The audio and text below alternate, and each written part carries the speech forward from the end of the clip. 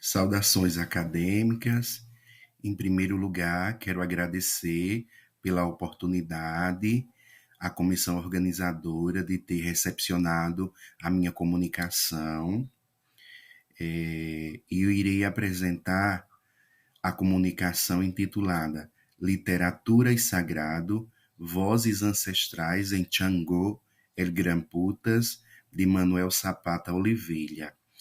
Eu me chamo Josimar Soares da Silva, sou da cidade de Campina Grande, na Paraíba, sou aluno do programa de pós-graduação em Literatura e Interculturalidade da Universidade Estadual da Paraíba.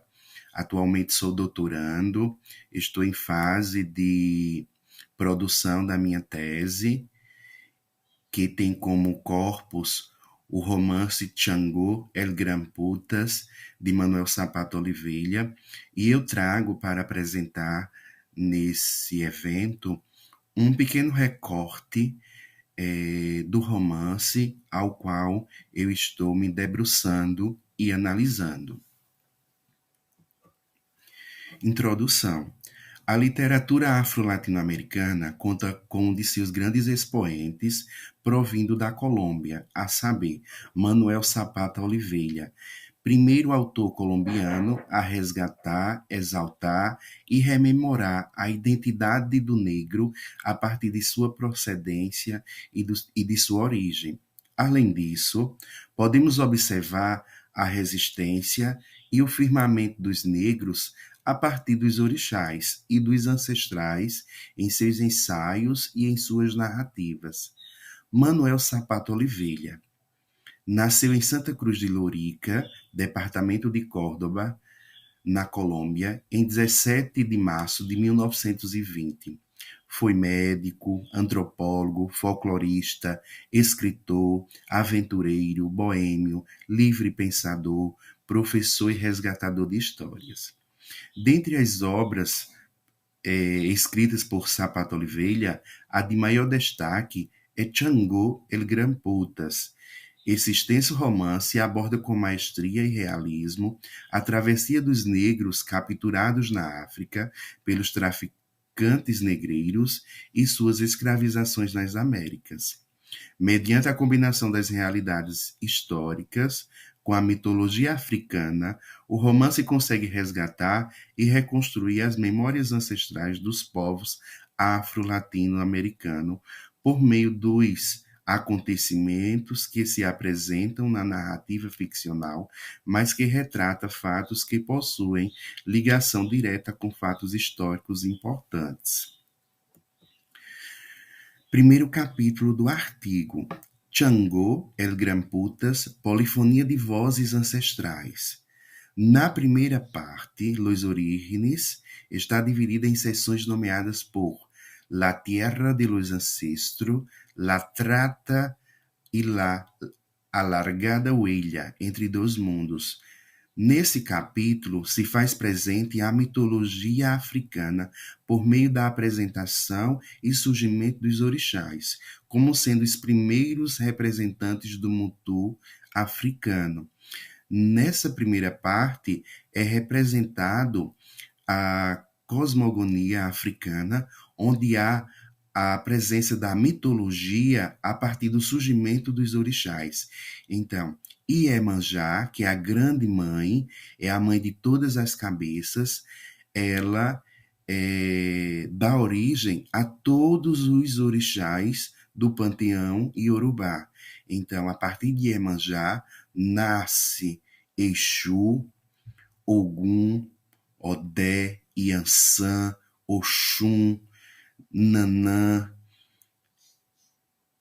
e todos os outros orixás pertencentes ao panteão iorubá. Então, é nessa primeira parte que há a presença dessa mitologia. E Manuel Zapata Oliveira, ele utiliza um conceito, né, que é o conceito de realismo mítico. Então, nessa primeira parte, nós temos a ilustração do realismo mítico, onde ele traz essas narrativas mitológicas, sagradas, para representar os orixás dentro do seu romance. Na segunda parte, El Mundo Americano se divide em Nacido entre duas águas, Hijos de Dios y la Diabla e Cruz de Elegba, La Tortura Camina. Nesse capítulo são narrados os períodos escravistas do mundo africano na América, seus sofrimentos, resistências, lutas e conquistas. Então, nessa segunda parte, há a representação literária a partir da escrita de Manuel Zapata Oliveira no romance Xangô, a partir do percurso desde a saída dos africanos da África, passando pelo Oceano Atlântico, onde muitos dos africanos não conseguem chegar ao Novo Mundo, e ocorre também nessa segunda parte as revoluções, as revoltas, que vai culminar no próximo capítulo, que é a terceira parte, que se intitula La Rebelión de los Vodús, que se divide nas seguintes seções: Hablan los caballos y sus jinetes, El tambor de Bolquima e Libertad ou Muerte.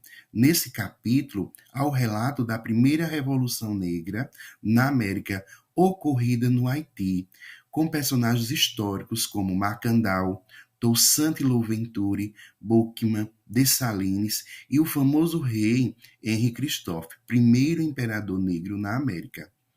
A ordem ascende no interior dos negros e negras escravizados. Então, nessa terceira parte, há a ascendência para o combate, para a luta, para o livramento desse momento de escravização. Então, eles se rebelam, os negros se rebelam, se juntam, e a partir dessas representações aqui, que são ancestrais históricos, a partir desses nomes que foram citados, que está presente no romance. Então, eles são apresentados a partir dos seus feitos e são mitificados dentro da narrativa realizada por Zapata Oliveira. Na quarta parte, se intitula Las Sangres Encontradas, dividida da seguinte maneira: Simón Bolívar, Memória del Olvido, José Prudêncio Padilha, Guerra Ajenas que Parecem Nuestras, El Aleijadinho, Donde Quiera que Tus Manos Sin Dedos Dejen la Huella de Tu Espírito e José Maria Morelos, El Llamado de los Ancestrais Olmecas. Esse capítulo se dedica às lutas independentistas e o aporte dos negros como heróis, destacando Simón Bolívar, José Prudêncio Padilha, Antônio Moaceu, Aleijadinho, Bolquima e José Maria Morelos. Então, nessa quarta parte, Manuel Zapata Oliveira recorre a nomes pertencentes a vários países da América Latina. São nomes que tiveram contribuições na luta pela independência dos negros, pelo esse livramento da escravização.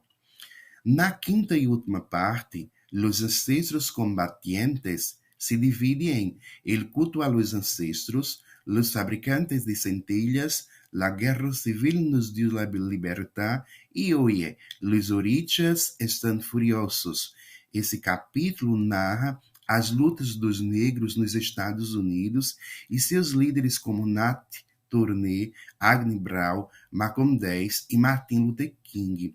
Então, Manuel Zapata Oliveira, ele constrói o seu romance a partir de várias viagens que ele faz à África. Então, ele vai à África, ele vem para o Brasil, ele vai para os Estados Unidos e ele percorre outros países como Cuba, Venezuela, o Peru, para reconstruir com realismo todos os acontecimentos e feitos do povo originário negro provindo da África. Em algumas coleções de livros de história e na própria literatura, e em uma parcela de narrativas baseadas em fatos, os romances históricos, por exemplo, os povos negros escravizados eram relegados a uma posição periférica e desumana. Sapato Oliveira, em sua obra, modifica toda essa tradição ao inserir o negro como protagonista de sua história.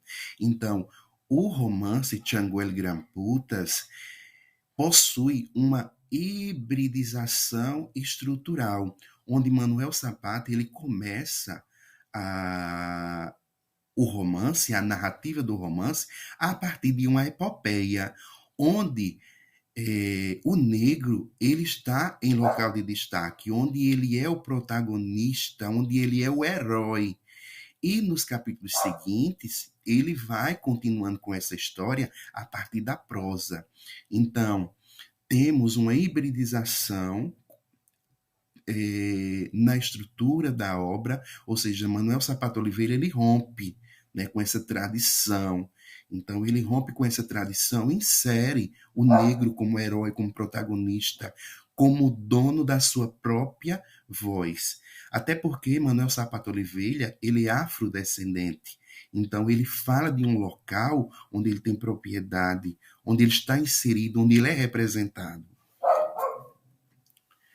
O candomblé, a santeria, o vodú e tantos outros ritos de matriz africana sempre foram retratados como formas de crenças marginalizadas, visto que os ensinamentos dessas religiões são passados de geração para geração, não tendo livro sagrado para universalizá-la. Dessa forma, os praticantes das religiões de matriz africana sofrem preconceitos, perseguições, racismo religiosos, silenciamentos e muitas rotulações como religiões demoníacas. Então, todos esses aspectos que foram relatados aqui, eles contribuem para essa perseguição, para esse silenciamento, para essa marginalização da cultura negra, da cultura dos povos originários africanos vindo para as Américas. A história tem sido mostrada em uma perspectiva cristã, eurocêntrica e masculina, e grupos como os negros, indígenas, mulheres, homoafetivos, etc., normalmente não aparecem, ou seja, são silenciados. Esse movimento de silenciamento das vozes ancestrais desaparece no romance, já que Sapato Oliveira dá vez e voz ao povo negro, seja mulher, homem, criança, adulto, idoso, homoafetivo, etc. Com a leitura do romance, percebemos a imensidão e a importância de desfrutar dos 500 anos de história do negro na América por meio dos deuses tutelares e da cosmovisão da religião iorubá e banta. Esse desfrute se dá no romance por meio das memórias ancestrais, que se unem na construção da polifonia ancestral de vozes dos filhos de Xangô. Então, no romance, há a presença constante dessa voz ancestral, dessa memória ancestral. E ancestralidade no romance, e para mim, enquanto pesquisador e sujeito pertencente aos povos de terreiro, a ancestralidade é algo sagrado. Então, eu trabalho com o conceito de ancestralidade como narrativa sagrada, a partir da obra de Manuel Sapato Oliveira, que é o romance Changuel Gramputas. As figurações do mundo africano e americano. Então, o conceito que há presente no romance é o conceito de mundo.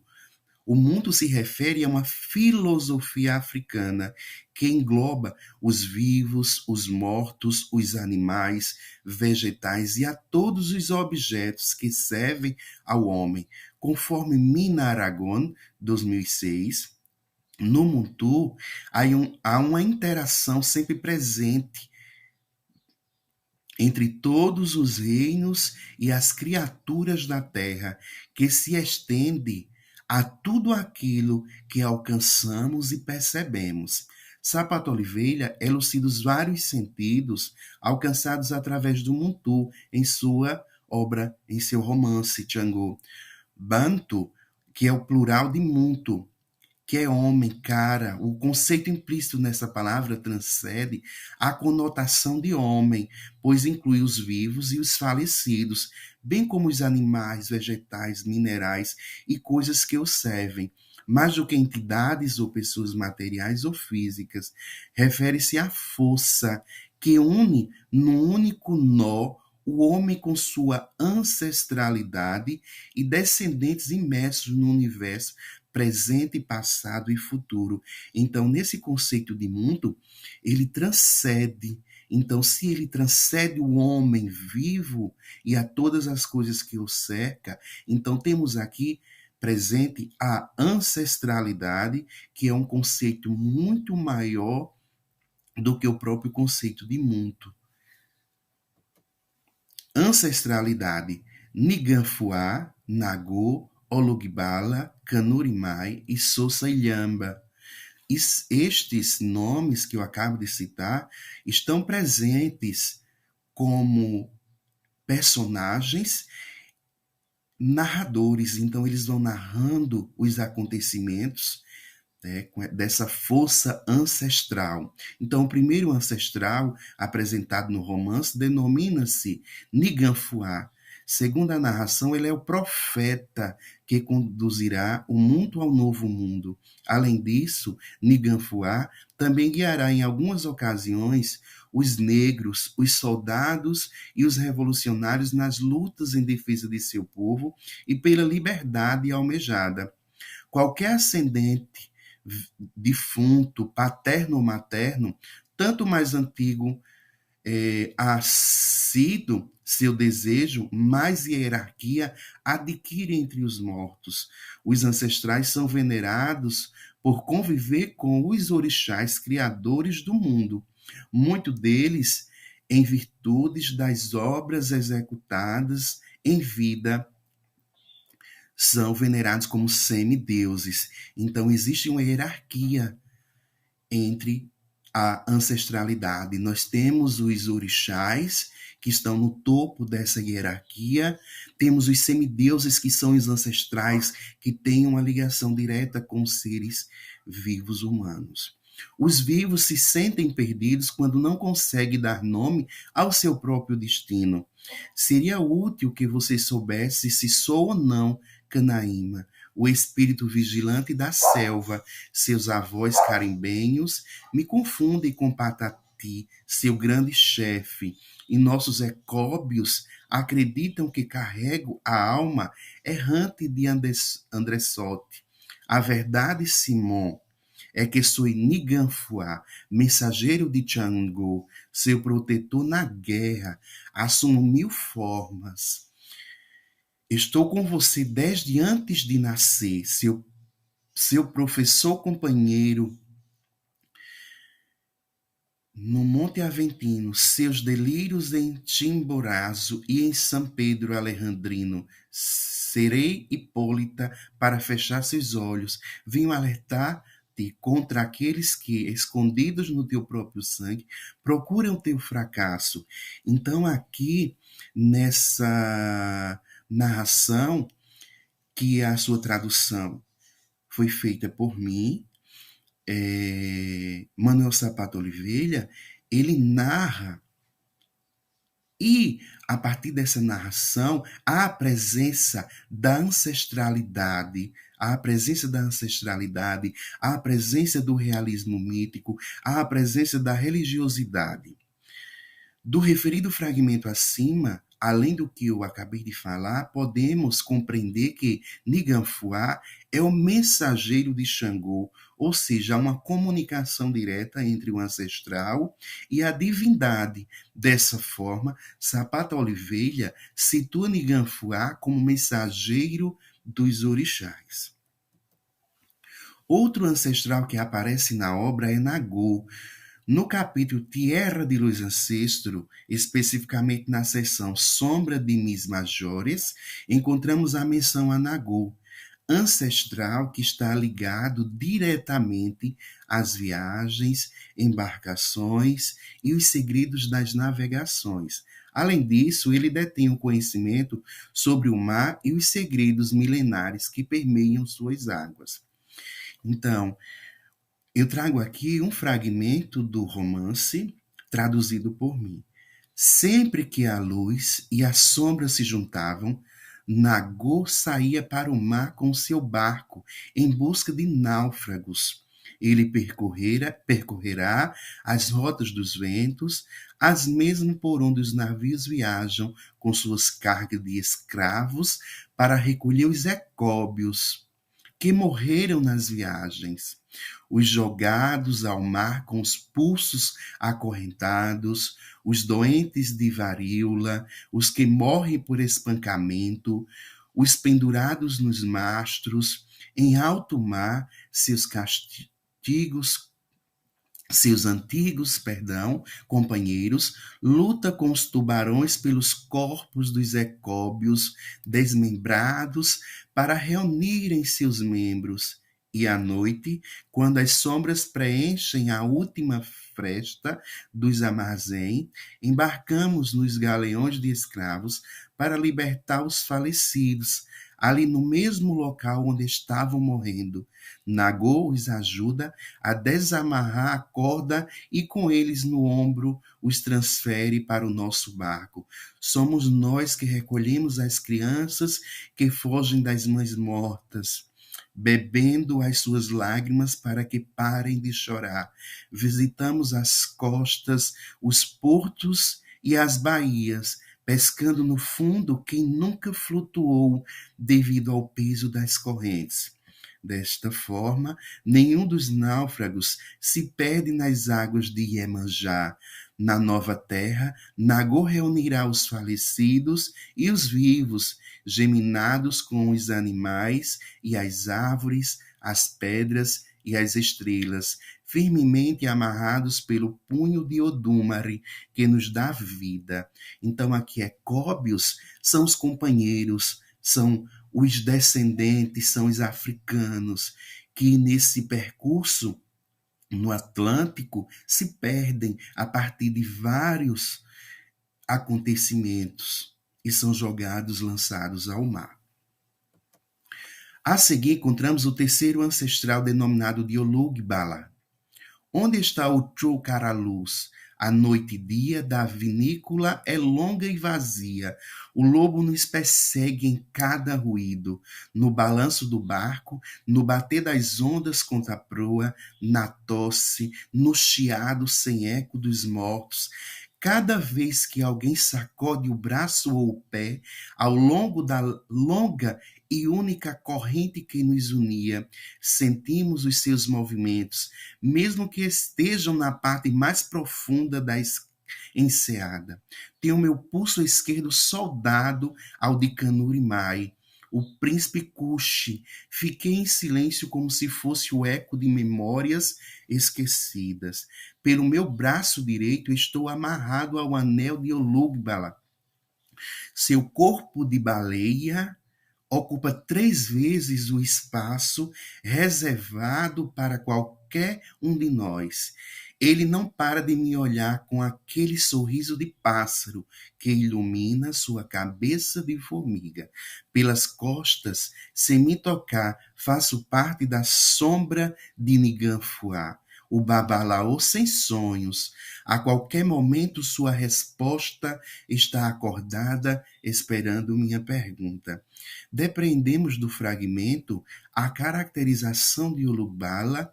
Ele está sendo descrito como um ser com corpo de baleia, que ocupa muito espaço, e a cabeça de formiga, que é bem pequena em comparação com outro animal aquático. Percebemos que Olugbala tem o dom de decifrar as profundidades do mar, através das características da baleia e a perspicaz sabedoria. A formiga se destaca por sua pequenez, que assinala o sentido de imperceptível, Com isso, podemos compreender que se trata de uma metáfora que alude aos ideais libertários por meio das rebeliões e dos conflitos para promover a liberdade e acabar com a escravização. Outro ancestral que está presente na obra é Kanuri Mai. Sua presença no romance está diretamente ligada às enfermidades, às pragas, à lepra, os mosquitos, os ratos, baratas, dentre outros. Kanuri Mai, deixe-me, sacerdote de Ifá, revelar-lhe o destino que as tábuas lhe reservam. Amanhã a lepra devorará seu rosto, com as pálpebras e o nariz corroídos, seu rosto será um enxame de moscas. Mas mesmo assim, com dedos podres e cotos sangrentos de suas mãos, em pedra dura, você esculpirá sua própria beleza em muitas faces, para que nos tempos que virão, agora passados, as faces de nossos orixás perdurarão, ferozes, doces, ameaçadoras em sua busca da nossa liberdade. As tábuas de Fá revelam o destino que acometerá Kanuri Mai. Seu rosto, suas pálpebras, seu nariz e sua face serão devorados e comidos pela lepra. As moscas estão cobrindo todo o seu corpo devido às feridas e o mau cheiro de seus dedos podres e do sangue que escorre de tais ferimentos. Porém, em meio a tanto sofrimento, não serás vencido e derrotado, pois esculpirás tua própria beleza em muitas caras, que em tempos vindouros, quando já não estiveras aqui, perdure esse rosto de nossos orixás. No romance Kanuri Mai, é o ancestral protetor do escultor Antônio Lisboa, cujo pseudônimo é Aleijadinho, que é brasileiro.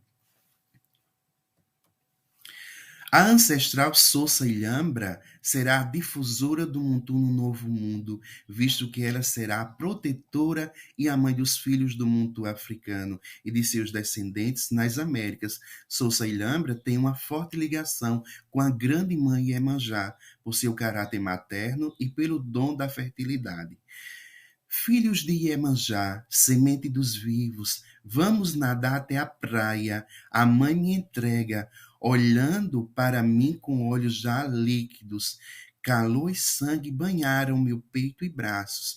Mergulhando no porão, deixei Elegba me mostrar a abertura que leva ao mar dos vivos. De repente estou sozinho, rodeado de água. A criança Muntu ligada ao meu corpo, a única companhia. Sendo assim, ela está carregada pelos orixás e pelos ancestrais de ser a mãe, defensora e precursora da filosofia Muntu. Além disso, Sousa Ilhamba, representa a fertilidade, visto que depois de sua morte, seu ventre segue dando à luz a vários filhos do mundo americano. Conclusão. Manuel Sapato Oliveira, através do romance Chango El Gran Putas, desenvolve um importante resgate dos povos africanos escravizados. Além disso, exalta e rememora a identidade do negro a partir de sua procedência e de sua origem. O presente artigo, que ora finalizamos, buscou refletir sobre a polifonia ancestral configurada pelas vozes dos filhos de Xangô, a partir das memórias ancestrais presentes no romance, com ênfase nas figurações das memórias ancestrais do Muntu. Nossa análise evidenciou que as figurações do Muntu, através das memórias ancestrais dos filhos de Xangô no romance, mantém viva a ligação maternal entre a África e o afro-latino-americano. Esse fato se dá pela grande raiz viva que há entre os personagens, os orixás, os seres humanos, os vivos, os mortos, os elementos da natureza, o tempo, o espaço, etc., contribuindo na narrativa com o intuito de assegurar e defender a causa negra, o ideal de liberdade, de igualdade, de equidade e de respeito. Aqui são algumas referências. Obrigado pela atenção.